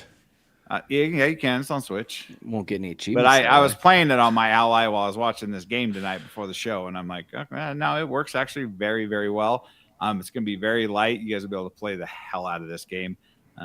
So I highly recommend it if you're into roguelike with light base building and tons of upgrades and tons of characters, and you combine the balls and their special abilities and make super balls, and they do different things, and it's just like, oh, what am I going to combine this time? It is actually insanely fun. Ainsley hates it, but everyone else loves it, so that's what I've been playing. Nice. So I'll talk about the LAX as well, but first, I've also been playing a lot of Battlefield 6, having a great time. I've not been able to play as much as my contemporaries here just because of other things in life, but every time I jump in, have a great time. The other night I was playing with Dan and Joe, and like at one point they snuck to literally the back of enemy lines. Joe threw a C4, Dan finished them with the repair tool. I gotta upload that clip. It's literally just, I said this last week too, it's just fun. It's just like I have a blast. Even when we're losing, even when we lose matches, you still progress, even though the progression, I agree, is a little broken, like Bacon said. It's just a fun time. And it's really the first game I played really in a long time where anybody I play with, I'm like, all right, jump on in. I got to play with Chance's neighbor Tony. We got to play with just so many fun people. It's a great time. So I still love Battlefield 6. I did also jump into Keeper this week. I'm about 5 hours into Keeper right now. Let's hear it. Nice, man. I'm enjoying it quite a bit. I will say it's if you want it to be Psychonauts, do not play this game because it is literally nothing like Psychonauts. There is a story with an asterisk on that of like, it's clearly going somewhere that I just don't understand the bigger piece, but really the part that I'm enjoying is that it's about a relationship between you and some of your friends. I don't want to spoil anything, but I'm having a great, every time I play it, I'm smiling, and it's really puzzle based. So if you don't like puzzle games, this is not a game for you. The other thing I will say is it's very beautiful. Like that's what I think I enjoy the most. And I've said it before, I don't talk about it often. I play on an OLED. That's what I'm looking at right here. And it's just with HDR and like when the lights are off, it's just a gorgeous, gorgeous game. It's I can listen to like podcasts when I'm playing, or I can just sit and enjoy kind of the ethereal music. I'm having a great time. And I just got to a part, I'm not going to spoil anything, where it is really fun for me. I think it's actually going to be pretty short-lived because of just what's happening in the game, but it's really, really fun. So I'm enjoying that quite a bit. And then the other thing, as Chance said, I did play a lot on my Xbox Ally X this week just because I was trying to kind of put it through its paces. I fortunately didn't have the same problems that Chance did, and he and I were texting about, is it getting bogged down and so on. I never did that. To be fair, after like a day or two, I did just on my own, not because it was causing problems, said I want to make sure everything's updated, because I remember when I bought my original Ally, that kept happening where I should have actually updated some stuff before I got into games. Did that, and it's been awesome. I literally have played Silksong, enjoying a little bit of Silksong on there. I'm a little daunted by just how big I know that game is. I jumped into Pumpkin Jack, which is like a fun spooky season game. I bought it last year on Luke's recommendation. It runs great on the Ally X. I jumped into Discounty, which was a Hoag's Notes thing. It's kind of like Stardew Valley-esque, but it's about owning a little shop. And I played Battlefield 6. And here's what I would say to Dan's thing about the battery. So literally one night, I was sitting on my couch right over there. I was like, I want to try to push this thing. And I was like, let's try Battlefield 6. I can get I can try to rank up. Let's see if it's responsive enough, all this stuff. So I literally unplugged. I downloaded Battlefield 6, which is like a 60 gig game over Wi-Fi. It's a huge amount of it took a long time. My Ally was on for a long time. It had to do an update. I did all that. I got into it. I played 2 full matches, like conquest matches on there. Had a great time. It was responsive. I was getting kills. I was getting revives. It was awesome. I got done with that. I was only at 73%. To me, that was an insane amount. Like that right there was amazing. And I haven't played it to 0% yet. I just haven't had to do that because of where I've been playing it, but that'll be on my to-do list this weekend. I got to go to a cheer competition for 6 hours on Saturday. So that's what I'm going to be doing there, playing some games. But it's been really, really great. I'm really, really happy with the purchase. And I know it's absurdly expensive. Like, I understand it's not for a lot of people, but it is the perfect thing for me, which is great. The last thing, other than watching a bunch of movies with just other time when I'm working and stuff, we checked out Black Rabbit on Netflix. It was okay. I liked it. Jason Bateman, Jude Law. I also, Abbott Elementary is a really great show. New season's out if you like that show. And then I've been trying to watch scary movies with my kids, which is really hard to do because they kind of want to watch actual scary movies, but I know I shouldn't do that because they're children and they will not sleep. And so I landed on Anaconda. So I watched Anaconda with my daughters. They loved it. My youngest, who's 8, adored it. She was like, that was a great film. Are you not afraid of snakes? Oh, Penelope's definitely afraid of snakes, just like Victoria. I am too, and it's not like that. Like, there's something different about an anaconda. It's because guess what, Chance? We're not going to the Amazon looking for an anaconda. So like, we're really not put in that situation. But it just was like, man, you think about the 90s were a wild time. Like, someone was like, let's make a movie. We need J-Lo, Ice Cube, Owen Wilson, John Voight. John Voight, yeah. What's his face with the huge chest hat? The Mexican guy. He's at the very beginning of it. You know what I'm talking about? Ice Cube in that too? Ice Cube is in it. Yeah. Yeah, Machete. Danny Trejo. That's his name. He's in it. I mean, I was like, dude, what a wild movie. You get canceled for proposing something like that nowadays. I know. And now they both laugh at it. They're like, that was actually not scary at all. And I was like, yes, that was the response I wanted. So like, we're making progression. We watched the original 2 Ghostbusters. We watched Goosebumps tonight, the movie with Jack Black. We're deep in it, man. So I'm living a great time, even though I'm not getting to game as much because October is just that time we do that. But it's been a great week, man. So do you guys think? I was wondering, are our girls, kids, they're all about the same age, too young for Lord of the Rings? I don't think they'll understand it. They'll probably enjoy it. I was gonna say, I barely understood it when I was like 25, so it's fine. It's because you didn't read it and all about Tom Bombadil. Come on. Franken just said ROG Ally Life is a good site that has settings for games that makes. Have you used this, Chance? I heard someone else was. I think it was Lord Cognito was talking about this today on Duke. So yeah, if you're playing indie games, it's not necessary. But but for other stuff, but shit, I thought I may have had to for Hades, and nope. Nice. Shout out to Ash. Todd says, can a noob manage Xbox Ally X if they've never dealt with gaming PCs? Probably. Yes, I think that's the goal. Yes. I think that's the goal. The answer is yes. You can. You absolutely can. Just do not expect it to be as seamless as a console experience because it's not. Shout out to Ashes to Ashes. Some ugly wins, but the Broncos are in it all. Broncos are in first place in the AFC West. Don't forget, you guys, because this might be the only time we're in the first place because those damn Chiefs just... Fuck the Chiefs. We all can't play the Raiders every week, so... Yeah. They're going to remake... And churlish. Anaconda. Imagine going to a website for the best settings for different games on your TV with your... You know what, Logan? I don't do it on this one. I'm not using my console can run everything. My PC can run everything great. You know, kids are tweaking and twerking. They figure things out, right, Jose? Those are different things. They're but they're figuring it out. You know. And Logan, I did do Gremlins already with my girls. We did that last year. Gremlins. Gentlemen, let's close the show like we always do with the best food we had this week. Wow. It's like there's a party in my mouth and everyone's invited. Who wants to go first this week? Bubble Boy, what about you? Yeah, so I feel obligated to do this. It certainly wasn't the best food I had, but it's up there. And literally only one of the ladies that I work with knew about the cereal Honey O's. And we talked about Honey O's last night on Waiver Wire Wizards too. Do any of the three of you? Honey O's? I've had on it. They tear your mouth up. That's the problem. They destroy your. It's like mouth. Captain Crunch. Like Captain Crunch. Worse. Worth every. Captain Crunch is the greatest cereal ever. So Honey O's, if you've never had them, are delicious. You need to go get them. I guarantee you, if you saw them and you saw the box, it's like a yellow box. You'd be like, "Oh, I've seen that 1,000 times in the store and just never got it." Pick them up next time. Honey O's, worth your time, worth your money. They're a little pricey. They're kind of like the Freddy's of cereal. So, you know what's funny? They are. It's a smaller box and they're pricey. Am I wrong, Bubble Boy?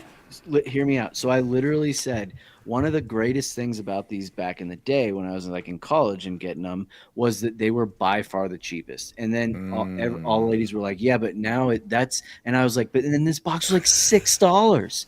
This is the most expensive box of cereal I've ever bought." Ashes, the Freddy's of cereal. Ha ha. Yeah. He knows it. Seriously, it was like $6. I was like, "This is outrageous." I told you. And they're like, "Yeah, but that's all cereal." I was like, "I don't think so. It's guys wrong." I need to see the best food in the chat. I need everybody to start listing their food. We got Nessa with tomato and cheese quesadillas. We had user I'm guessing that's B. Cafe Mexicali, Cali, sweet pork nachos. Trust me. Let's get up. Let's get some more best food in here. My best food this week, guys. It was actually tonight, and I was going to say Allie's delicious meatballs. Shout out to Jose. I was laughing at that short you made. I love Allie's big old meatballs. Dude, I love her damn meatballs. I got to show her that one. She made this sausage veggie soup, you guys. Absolutely like zuppa toscana.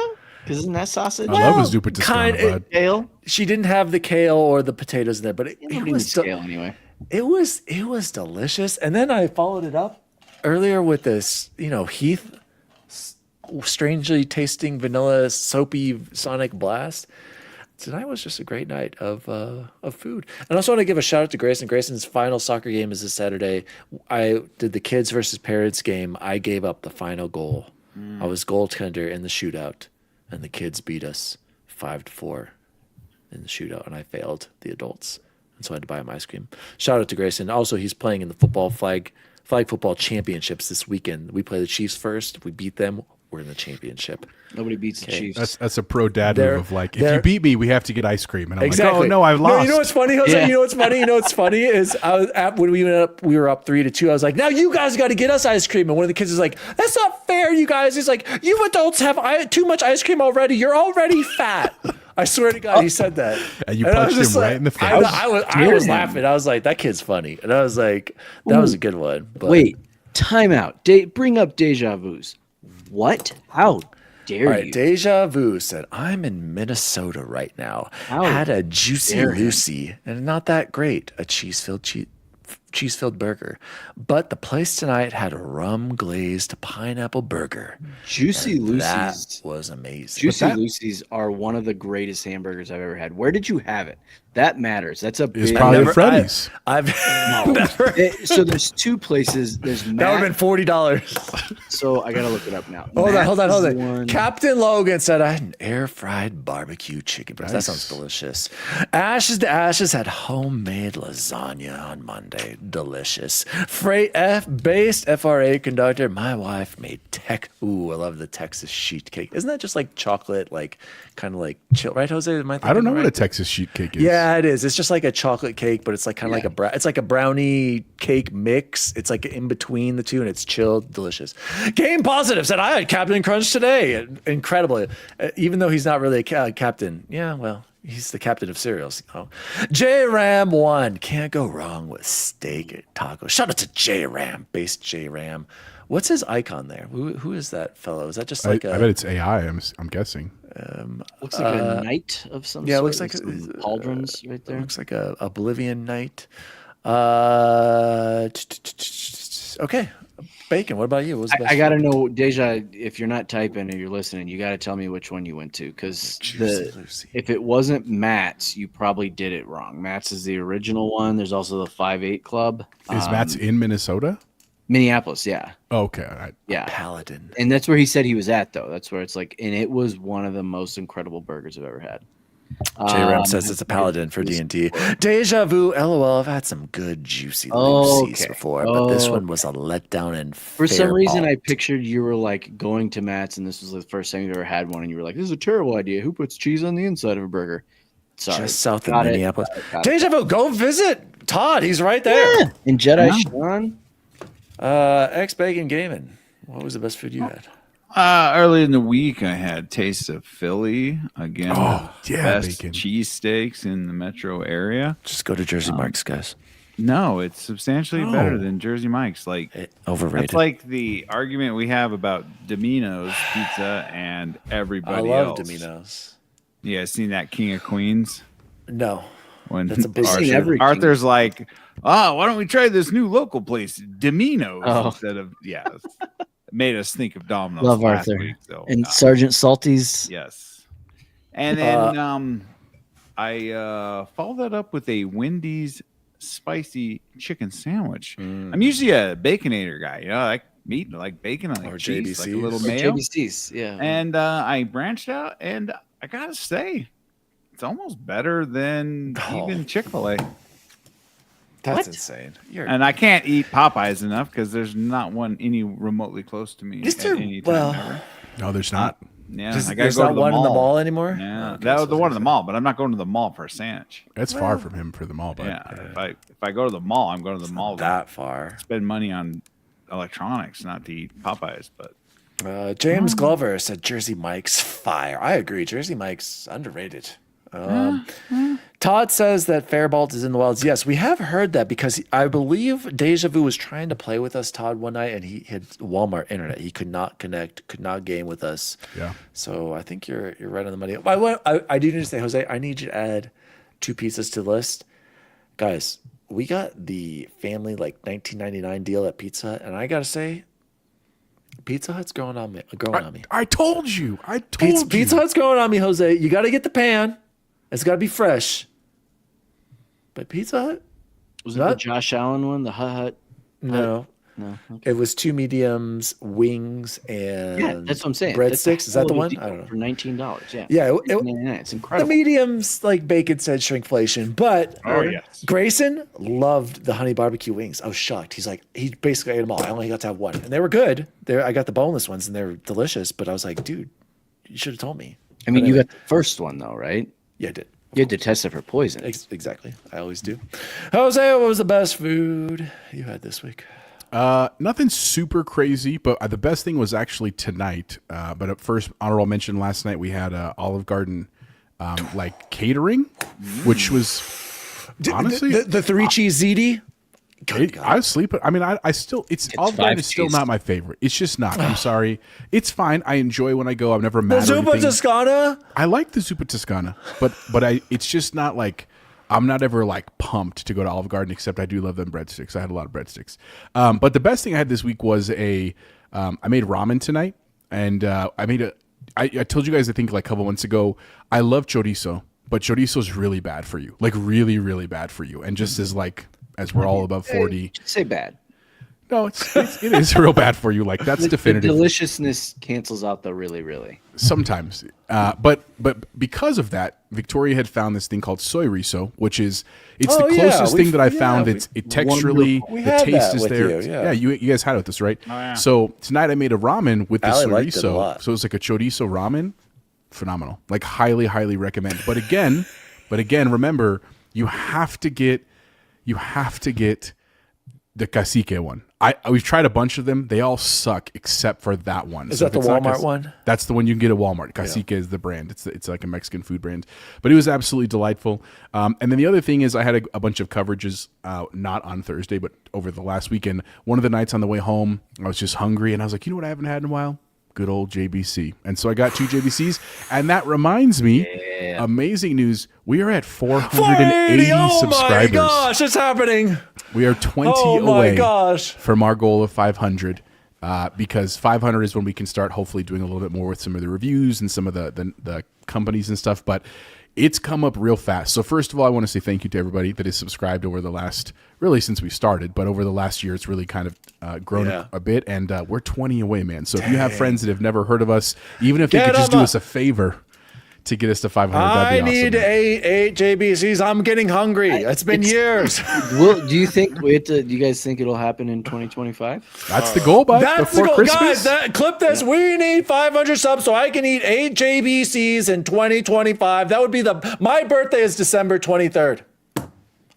I want my birthday dreams to come true. 500 subscribers on the Nerd Chat so I can eat 8 JBCs live on stream. I have to eat them all. I cannot take off any toppings except for tomatoes. I have to eat the bread, as Bacon likes to reminds me. Ains has to eat 8 JBCs over at Season Gaming. Eric at Game Positive said he will do it, and he's going to add syrup to his burgers. This is what he promised. So let's get the birthday stream going. Yep. That's my best food. Speaking of ashes, I didn't say ashes at all. Ashes to Ashes wrote, the only time in my life I was pumped to go to the Olive Garden was back in the night of homecoming or prom back in high school. Those high spending dates, baby. Dates at all. He's not wrong. Or the Macaroni Grill. Oh, yes, it was Macaroni Grill. That's the one. That was the fancy one. That was the fancy one. Yep. J-Ram, no matter what Italian restaurant I go to, it's always chicken parm. J-Ram, you're like my wife. She's obsessed with chicken parm. I don't really like chicken parm. I said it. It's fine. Who doesn't like chicken? Yeah, that's weird, bud. That's overrated. Amon St. Brown plus Little Caesars equals amazing. James Glover, 3846 Longhorn. Hands down filet with a lobster tail and some stuffed mushrooms. Oh my God. Amazing. I think he wins this week. J-Ram, I've been to London 3 times, and each time I explain to the chef how to make it, and they always do it for me. Fantastic.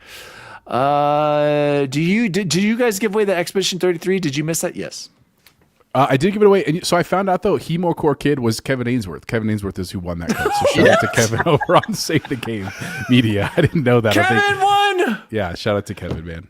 He's already played it. Kevin, give us that code back. I know you've already played it. He said he hadn't finished. He was going back for the platinum now, so good for him, man. Enjoy. Shout out to Freight Conductor, man. Thank you.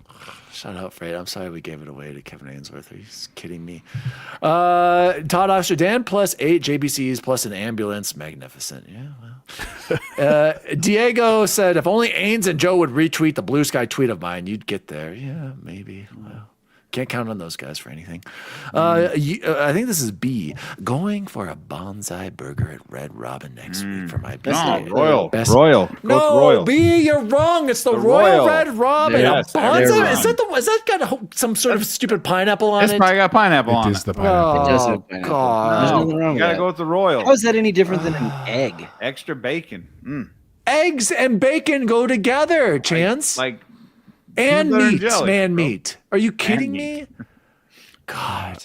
Game Positive says, should I get a lemonade or a Fresca with my AJBCs? I don't think you should be. They have Fresca at your Wendy's in Canada? Oh, also, I didn't tell you guys this. Sorry. At Wendy's, it's full AI ordering now. Did you guys know that? Yes. When you guys drive through, I knew it. Yeah, Dude, I walked walked started up to and sense that a while. They tested that a long time ago. I remember them saying that. I mean, it was late at night because it was after like a late game. I was by myself and literally You're no like, one in this line. voice, It was how is he so awkward. Like cheerful? I was like, something is Yeah. weird right now. Yeah. And how would you like? What you couldn't do the Chipotle? Yeah, make it double. I mean, I don't do that at Wendy's normally, to be fair. Oh yeah, but, actually, can you make it? but my order was complicated. Like I literally was like, I want 2 junior bacons, take off tomato. I want a double stack, take off the onion. Perfect. Wow. Shout out to Legion. Praise be. That's all I'm Praise saying. be. They're taking over, guys. Deja Vu said, I'm cooking bacon in fantasy this week. Okay. And Diego said, whatever has avocado or guac on a burger, usually what I get. I agree. Hell yeah, Sounds Diego. delicious. Yeah, absolutely. And then B says, I feel like I let Wally down with my No, you burger. didn't. You did. Well, it's your birthday. You can do what you want. I mean, and it's your free. birthday. You can do whatever you want, but that's the wrong choice. Gentlemen, this has been the Nerd Chat episode 234. The next Xbox is going to be one expensive mother jammer. My name is Daddy D Wally. You can follow me at Daddy D Wally across all social media. You can follow the show at the Nerd Chat Podcast. Shout out to the chat tonight. Super engaged. Love talking to everyone there. We had a long topic there about the next Xbox. It's exciting. Where would we be if Xbox wasn't around? All these PlayStation, Nintendo fanboys, they wouldn't have anything to talk about. PlayStation fanboys even admit it. They'd have nothing to talk about if Xbox wasn't around, if Xbox wasn't dying, if Xbox PC wasn't going up, and if Xbox wasn't playing. Praise be to Xbox, you guys.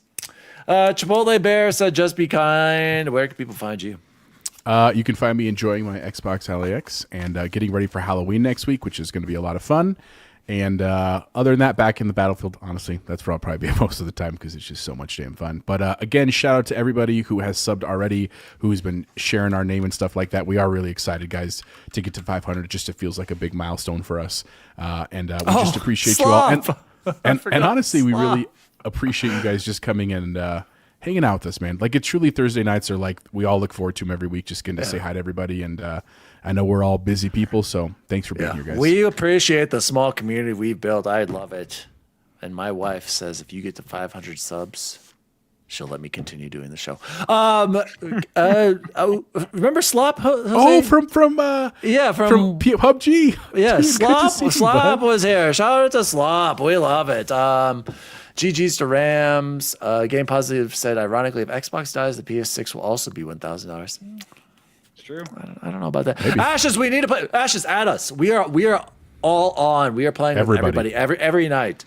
Freight Conductor James, games journalism would implode without. You're absolutely right. They would not get any clicks.